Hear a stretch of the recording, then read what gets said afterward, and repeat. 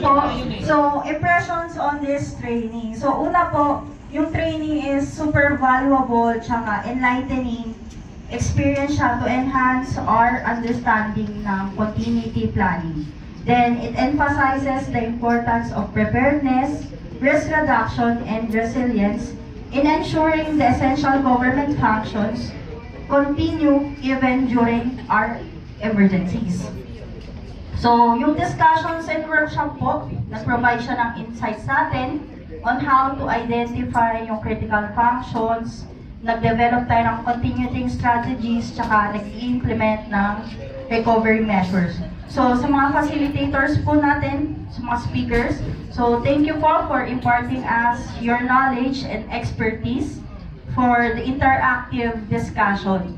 Then, overall po, yung training po namin strengthen our awareness of the vital role of public servants in maintaining service delivery and protecting lives during disruptions. Yun lang po.